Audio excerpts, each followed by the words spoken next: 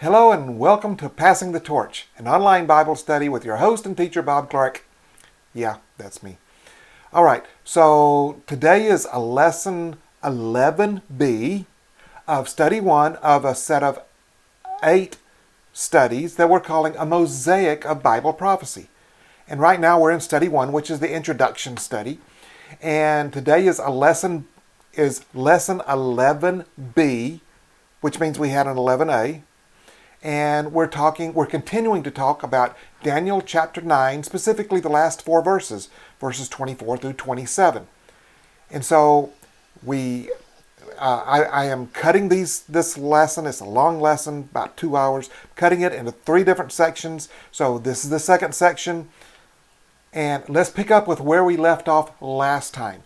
We had went through verses 24 and 25 of Daniel chapter 9 and explained a lot of things. If you haven't seen that lesson, go back and listen to that lesson first.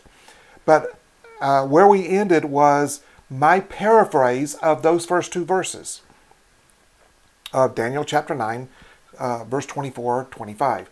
So verse 24, a plan of 490 years is decreed for the Jewish people and for your holy city of Jerusalem to do some things. In the actual verse, it lists out, I think it's about 6 different things that were supposed to happen. But our focus right now is really the timing of everything.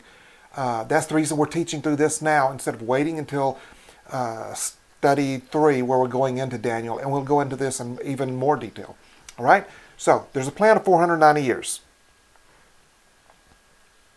Verse 25, therefore no one understand.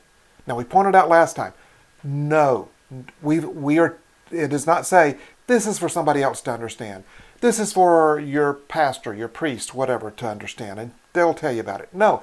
Therefore, you know and understand that from point A to point B are 483 years. Remember we said 490 years? Well, it's breaking this up into pieces. So from point A to point B are 483 years total. Well, what is point A and point B? Point A, that's the start, is the decree for the rebuilding of the walls and streets of Jerusalem. We covered this last time. We know that decree came through in 445 BC when King Artaxerxes Longimanus permitted Nehemiah to go back and rebuild the wall. So there's the starting point. Point B is Messiah the Prince is revealed. Who's Messiah the Prince? Yes, that's Jesus. All right? So when was Messiah the Prince revealed? When he rode into Jerusalem on the donkey on Palm Sunday, or the triumphal entry. All right? And verses 26 and 27 are what we'll cover in this lesson. And then we'll have a lesson 11C that we go into more detail, some fun things about this. So let's go on to the next verse. Verse 26. And after the 62 weeks, Messiah shall be cut off, but not for himself. And the people of the prince who is to come shall destroy the city and the sanctuary. The end of it shall be with a flood. Until the end of the war, desolations are determined. So we're struck right off with another timing word, after. When does the next event occur? And after the 62 weeks. This means after the 7 weeks plus 62 weeks. All right? So after the 483 years. Let me put it that way. After is the word achare. I think that's how you say it. Which means subsequent. Subsequent to the close of that period. Means after that period, okay? The word does not necessarily mean immediately, but it denotes that what is to happen afterwards, to succeed, to follow, and would be well expressed by the word afterward. All right? So, after the 483 years. What happens after the 483 years? Messiah shall be cut off. What is that word cut off? It's the word karat. All right? Karat, which means to cut off, or to cut down, or to cut asunder, to destroy or consume. It means to be executed. Messiah shall be executed. Well, did that happen? Yes, Jesus was executed on the cross. But notice this next phrase. It explains why or for whom. Who was he executed for? It says, but not for himself. So who is it for? Jesus died for us. He allowed himself to be executed for us. He paid the price for my sin, for your sin. All right? So let's go to the next piece of this verse.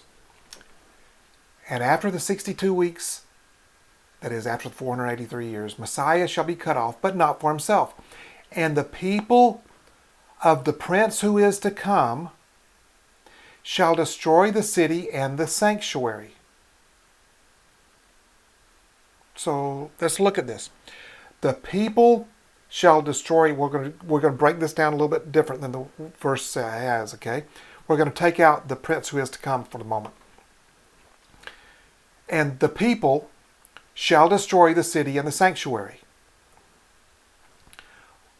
What people destroyed the city of Jerusalem and the sanctuary, the second temple?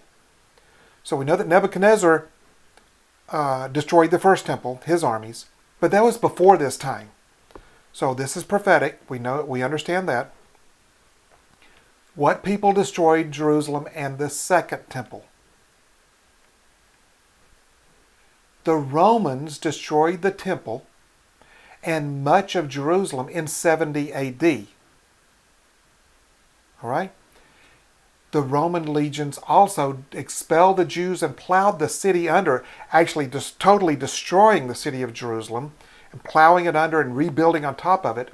They did that in 135 AD after the Bar Kokhba revolt. All right? So, who destroyed the temple and they destroyed the temple under Titus Vespasian, and I don't remember who was the general who destroyed the city in 135. Hadrian was the emperor at the time. So who destroyed the city and the sanctuary? The Romans. Now,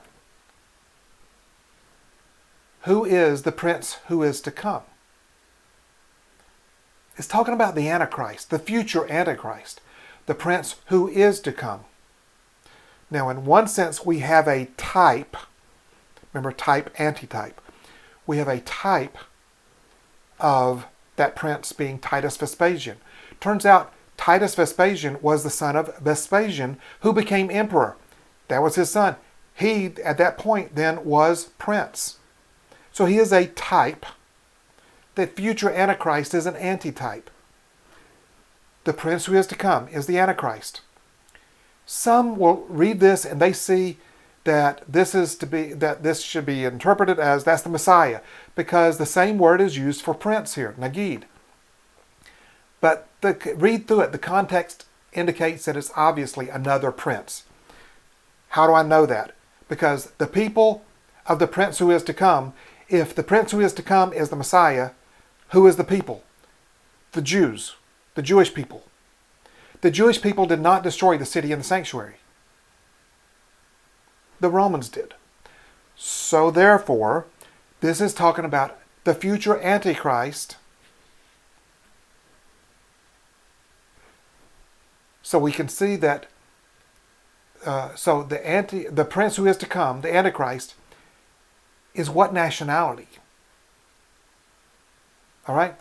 The people of the prince who is to come shall destroy. Well, we know who destroyed it was the Romans.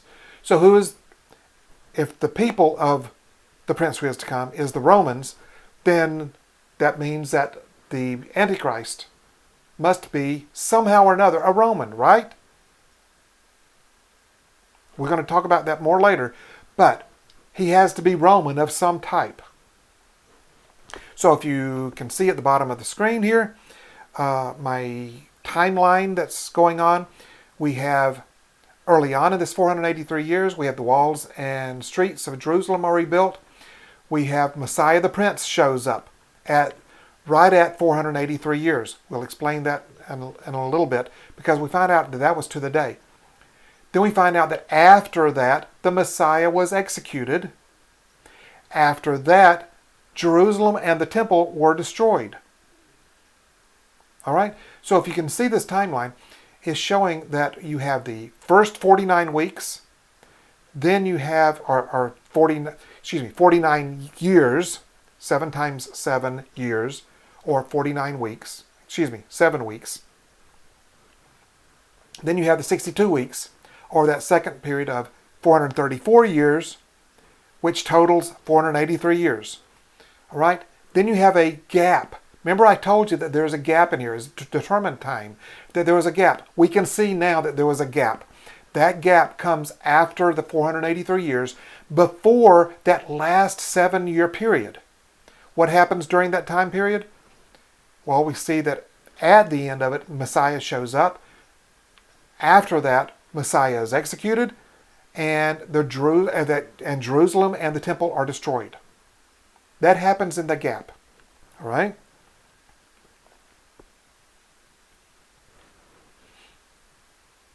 So, and after the 62 weeks, Messiah shall be cut off, that is executed, but not for himself, and the people of the prince who is to come, that's the people of the future Antichrist, which is the people is the Romans, shall destroy the city and the sanctuary, the city of Jerusalem, and the temple.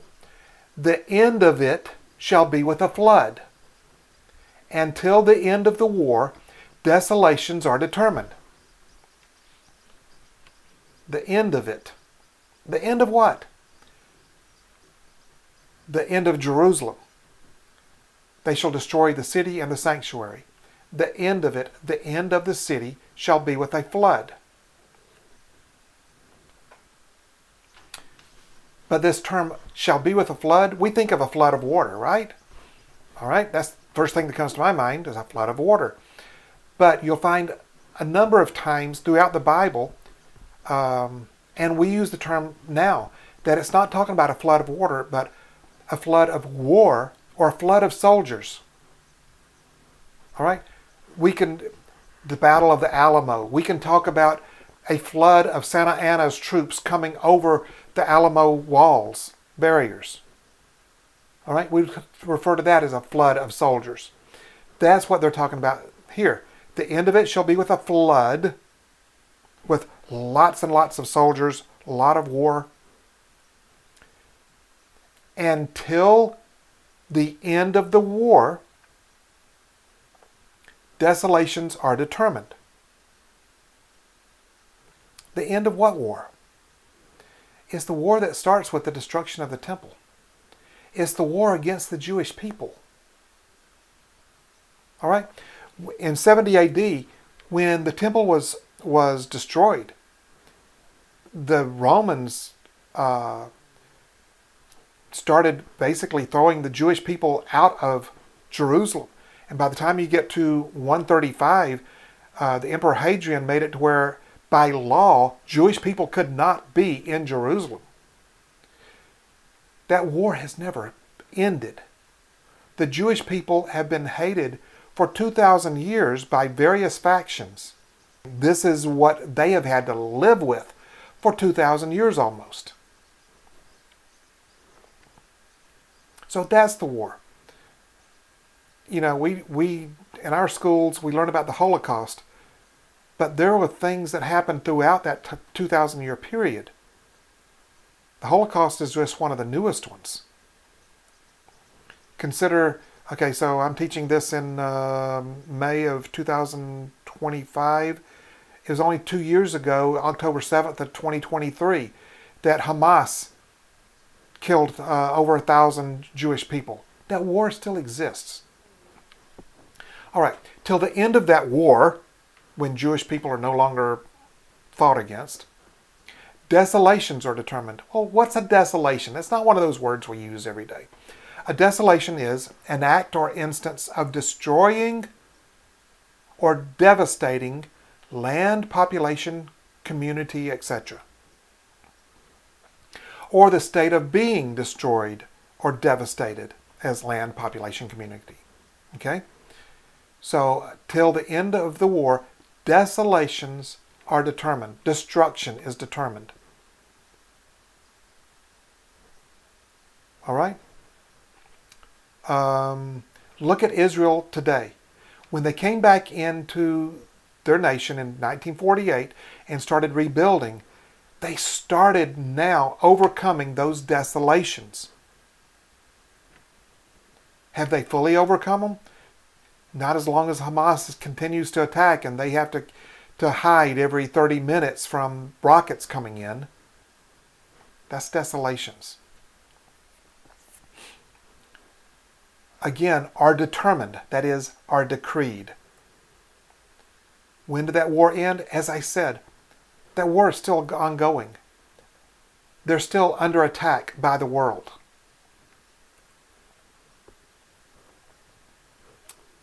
All right, so now we're going to give the paraphrase for this verse.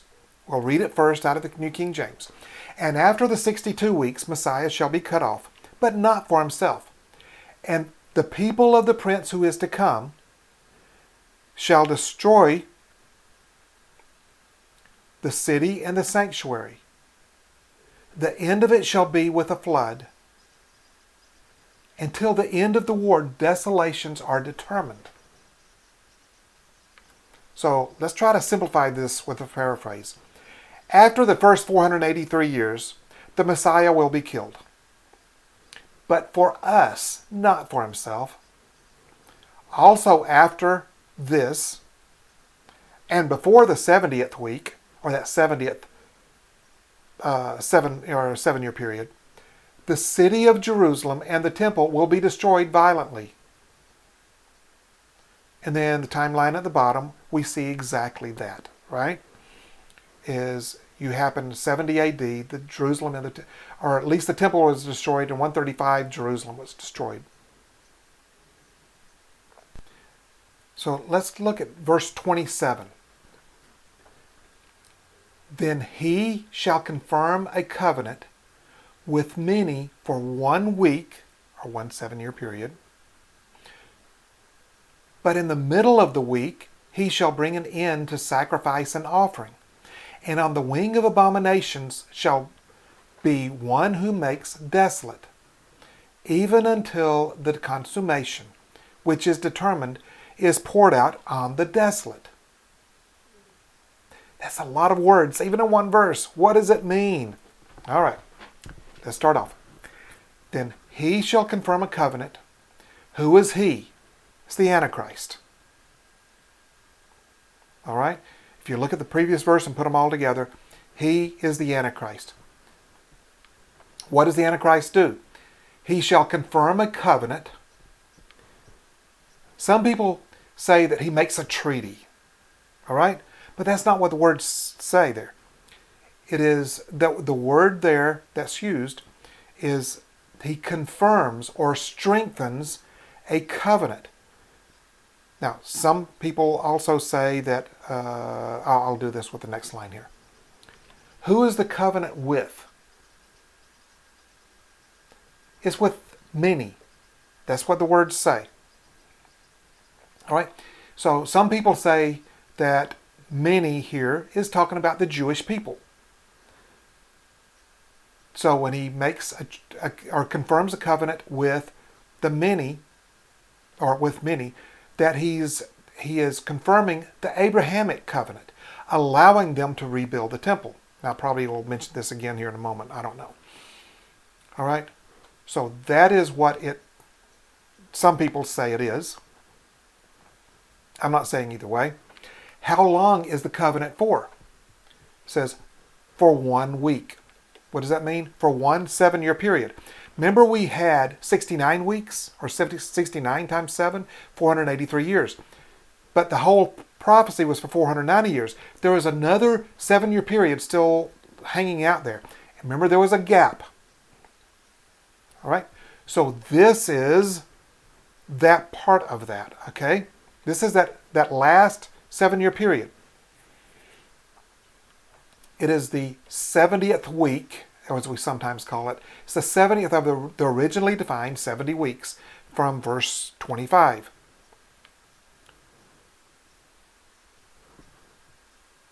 All right. Let me talk to the timeline at the bottom, then come back and use the line I just put up here. So, timeline. There was a decree to rebuild the wall and the city of Jerusalem. That occurred. 483 years from that decree from King Artaxerxes, Messiah the Prince showed up. Shortly after that, in this gap between then and that last 7-year period, the Messiah was executed and Jerusalem and the temple were destroyed. All right? Then we have this last 7-year period. That period we typically refer to as the tribulation, even though that's a misnomer. All right? Jesus called the second half of that 7-year period as the Great Tribulation. We often, just for a shorthand, call the 7 years the tribulation. Though that is, the Bible does not call it that, we use it as a shorthand. Just understand when you use that term, that's not being precise. So what marks the start of this 7-year period? It is this confirming a covenant with many for one 7-year period, for 1 week. That marks the start of that 70th week. Okay? Let's keep going. Then he shall confirm a covenant with many for 1 week. That is, the Antichrist confirms the covenant with many for one 7-year period. But in the middle of the week, in the middle of the 7-year period, he shall bring an end to sacrifice and offering. We just learned something, I think. So the H in the word he here should be lowercase, not uppercase. It's not talking about he being the Messiah, being Jesus. But in the middle of the week, he, the Antichrist, the same one from the previous part of this verse, then he, the Antichrist, shall bring an end to sacrifice and offering. In the middle of the week, but in the middle of the week. What does that mean? In the middle of the 7-year period. So it means 3.5 years into that period. So there's a first 3.5 years and a second 3.5 years. What will he do? He shall bring an end to sacrifice and offering. How can he do that? Are the Jewish people offering sacrifices right now? No. Why not? Because they don't have a temple. The temple was destroyed in 70 AD. They have not offered sacrifices since then. So what did we just learn? This is telling us that the Jewish temple, or at least a tabernacle, a tent version of it, must be rebuilt at that time.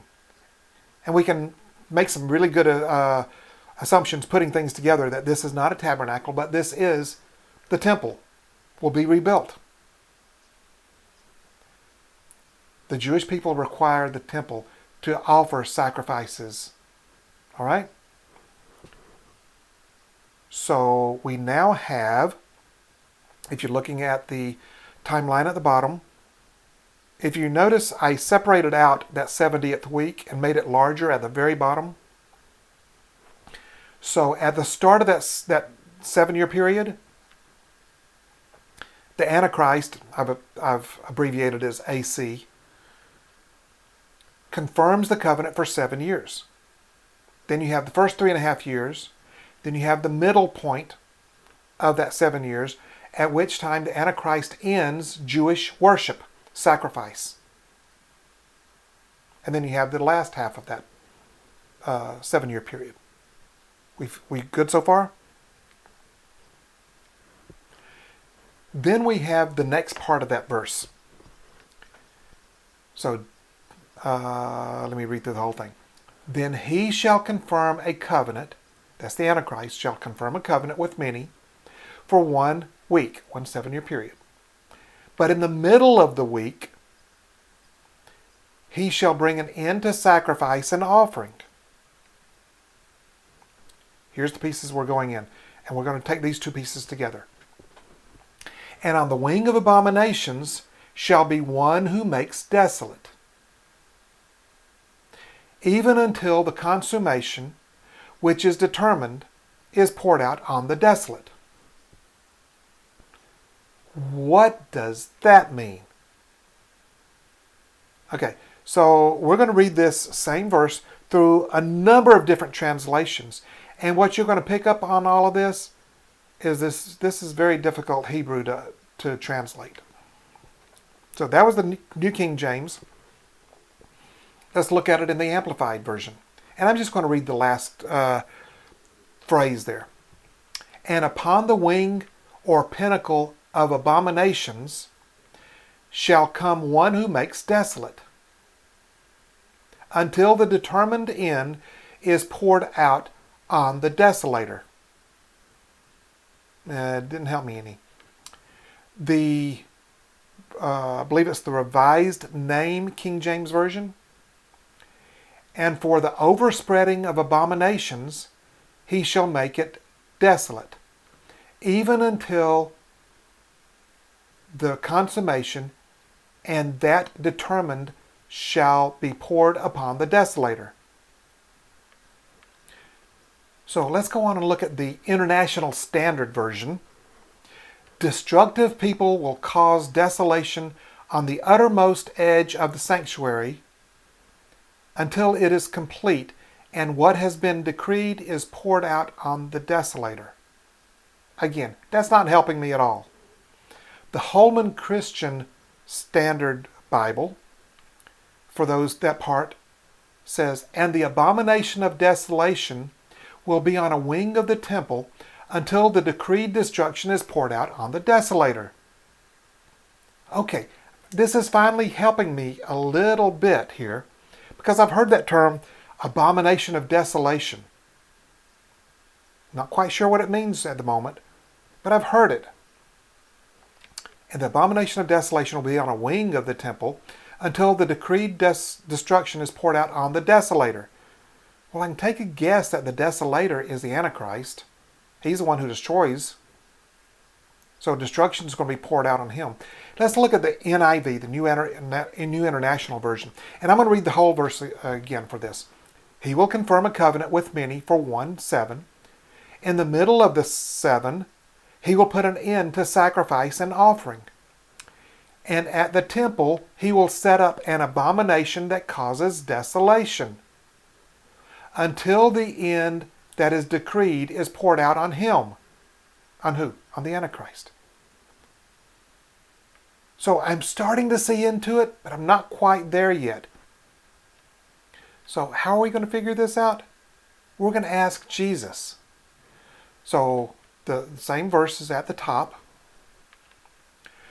When Jesus was teaching his disciples on the Mount of Olives, 2 or 3 days before going to the cross, he had what we call the Olivet Discourse.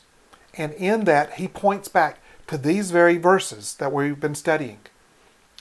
So starting Matthew chapter 24, starting at verse 15. Therefore, when you see the abomination of desolation, aha, that's the term we just saw, right?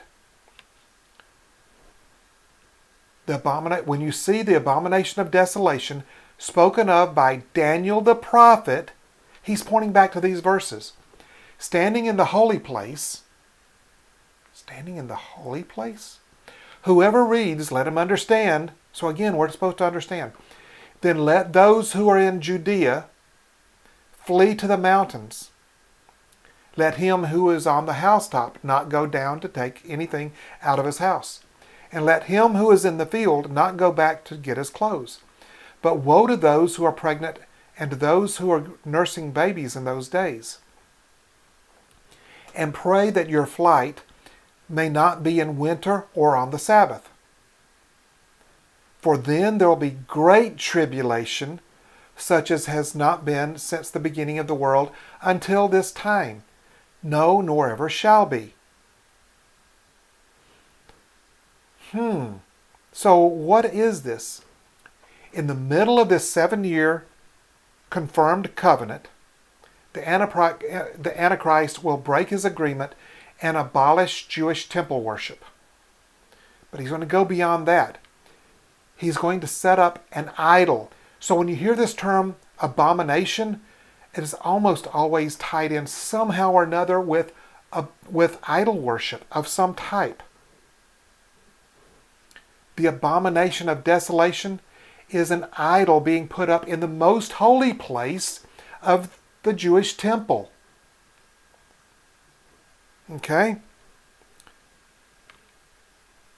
The last half of this period is called the Great Tribulation. And as I said a while ago, typically we refer to the whole period of 7 years as the tribulation, just out of convenience. But it's really, that's not precise. The second half is the Great Tribulation. Now then, so I'm going to come back and read that verse again from the top of the screen, if you can see it. He will confirm a covenant with many for 1 7. In the middle of the 7, he will put an end to sacrifice and offering. He's going to stop temple worship. And at the temple, he will set up an abomination that causes desolation. He's going to set up an idol in the most holy place that's going to bring destruction. Destruction to whom? To the Jewish people. That's why Jesus told us in his verses, when you see that happen, flee. Run for your lives. But Daniel doesn't, or Gabriel doesn't stop there. He adds one more piece to it. Until the end that is decreed is poured out on him. Well, what's the end that is decreed on the Antichrist? If you skip to the back of the book and look at the book of Revelation, we find out that the Antichrist and the false prophet are thrown alive into the lake of fire. And they are there forever. So that's his end. Now then, this abomination of desolation. How do we know what it is? Because we have an example of it in history. Antiochus IV, or as he called himself, Antiochus Epiphanes, provided a type of the abomination of desolation when he set up an idol of Zeus in the temple in 165 BC. Some people say that, well, that was Daniel's prophecy being fulfilled. Antiochus set up the abomination of desolation, so that's the fulfillment of, and Daniel's prophecy is completed, no more to it. But Jesus lived after 165 BC and said, you're going to see that in the future. Antiochus gave us a type. The future Antichrist will give us the antitype. So we've been walking through each of these verses and paraphrasing them. Let's put them all together in this paraphrase that I've been working on here. Starting at verse 24. A plan of 490 years is decreed for the Jewish people and for your holy city of Jerusalem to do some things. So you got a plan of 490 years. Therefore, know and understand that from point A to point B, there are 483 years. Everything but the last 7. Point A is the decree for the rebuilding of the walls and streets of Jerusalem. Point B, that is the completion of that, is Messiah the Prince is revealed. Verse 26, after the first 483 years, the Messiah will be killed. For us, not for himself. Also after this, and before the 70th week, the city of Jerusalem and the temple will be destroyed violently in 70 AD and 135. However, at the end of the gap period, and at the start of the 70th week, the Antichrist, who is a future world-level ruler, who is a Roman like those who destroyed the Second Temple, will confirm a covenant with many for 1 7-year period. During that time, the Jewish people will be able to make sacrifices and offerings. But in the middle of that 7 years, the ruler reneges on his agreement and stops all Jewish temple worship. He goes into the temple and sets up an idol in the most holy place, defined as the abomination of desolation. But he gets his in the end. Is it starting to make sense to you? If it isn't, go back and reread it and listen to this again. You're going to start understanding it. I mean, I didn't understand it the first time I've heard it, but I've heard it hundreds, if not thousands of times. So, yeah, it's not a great time to break in and break the lesson apart, because we're about to go into some of the really fun stuff that go along with these 4 verses. But we're going to break the lesson here and invite you to come back with us next time for a lesson 11C, where we get into some of the fun parts of this. So I hope you come back with us, and we hope to see you next time here on Passing the Torch. So long.